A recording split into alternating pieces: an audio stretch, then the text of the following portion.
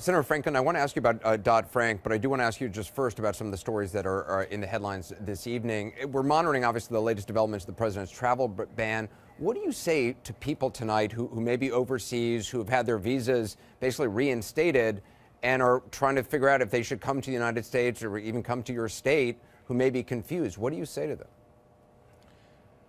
Well, I'm telling them that they probably are going to have to hold on. I'd like them to be able to travel. We had, refugees from different places around the world that were part of this travel ban that were prevented from coming to Minnesota. And we got one, a 4-year-old girl who was scheduled to come on January 30th, the 30th, I believe. We got her to come from Uganda. Actually, Secretary Kelly was very helpful in making that happen. But we are going through the legal process now, the adjudicative process on this. So I would say that I'm sorry that we have interrupted your life in this way. I think this executive order actually makes us less safe as a country. I agree with Senator McCain and Senator Lindsey Graham that this just provides propaganda for ISIS and for jihadists. This is not America. We welcome refugees. The refugees from Syria are fleeing terrorism. And this is, to me, was a terrible idea, and a terrible idea that was executed very badly. President Trump pointed out on Twitter saying, quote, "Just cannot believe a judge would put our country in such peril. If something happens, blame him and court system, people pouring in, bad." I think he also went on to refer to the judge in a disparaging term. I mean, as someone who sits on the Judiciary Committee, what do you make of the president criticizing a federal judge in those terms? He later called him a so-called judge. This is extremely unhelpful to our system of jurisprudence. He did this during the campaign with Judge Curiel, questioning whether a judge who had been, whose parents had come from Mexico, whether he could be sitting on the Trump University case. This is very disturbing. This is very counterproductive. It sounds like he's threatening our federal attorneys, federal judges. This is kind of a disgrace. When you heard also President Trump over the weekend talking to Bill O'Reilly during the Super Bowl interview, comparing reputed violence and killings of Vladimir Putin's government to past actions of the United States, I mean, do you see a moral equivalence between the U.S. and Russia? No. This was very disturbing, again, for him to say. Vladimir Putin kills his political opponents. He kills journalists.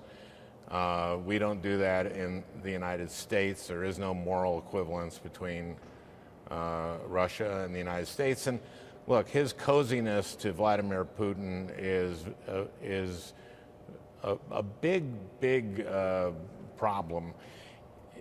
He has been saying great things about Vladimir Putin, that his involvement, Russia's involvement in Syria has been a good thing when they've committed horrible war crimes.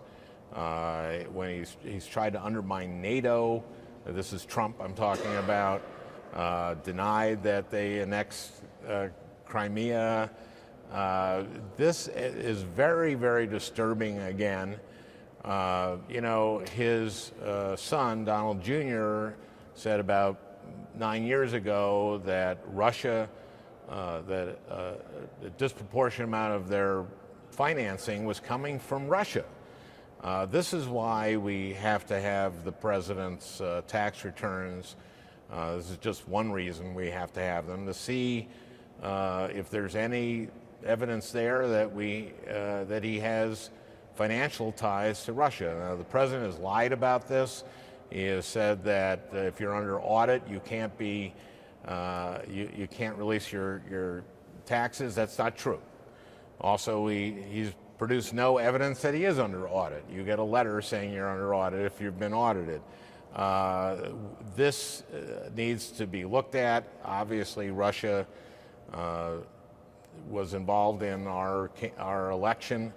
There's a shadow hanging over this election. He is the president. He is a legitimate president, but there is no question that there is a huge shadow hanging over this administration until we sort that out. So let me ask you, I mean, you've taken a very strong stance against President Trump's move to, in your words, take a hatchet to what you call important financial safeguards, referring to the Dodd-Frank bill, which you helped to write. To those who argue the president was elected in large part to disrupt, upend certain regulations, that's what he promised to do on the campaign trail, now he's doing it. Isn't that his prerogative? What he promised to do was drain the swamp.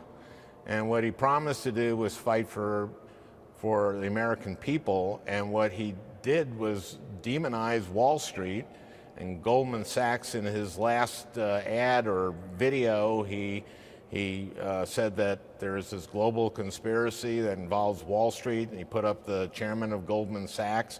Now Goldman Sachs is sort of the minor league team for his cabinet. He said he'd be fighting for people on Main Street, for little people, for people who don't have the government fighting for them. He's doing exactly the opposite of what he promised to do. So, what they're saying is, look, the banks aren't lending money. We want to kind of stimulate that. We want to get that will create new jobs.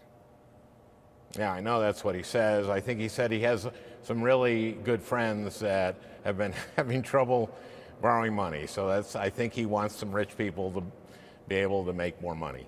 I think that's what he's talking about.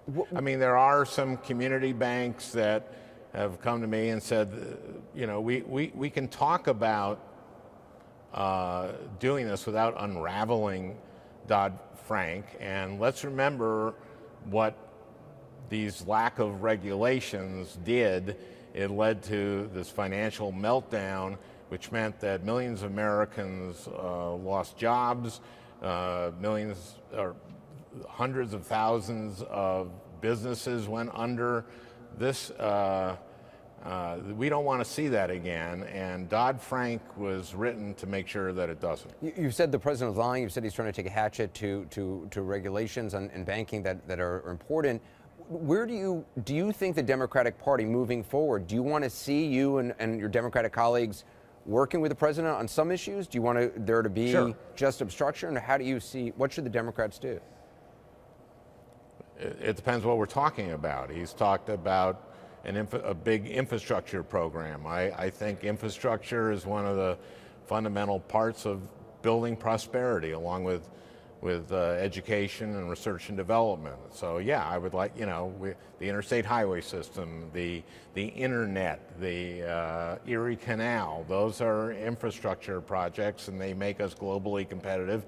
And the devil's in the details. I'd like to see exactly what he's talking about, but I would work with the administration on doing that, of course. He was against carried interest tax loophole, which gave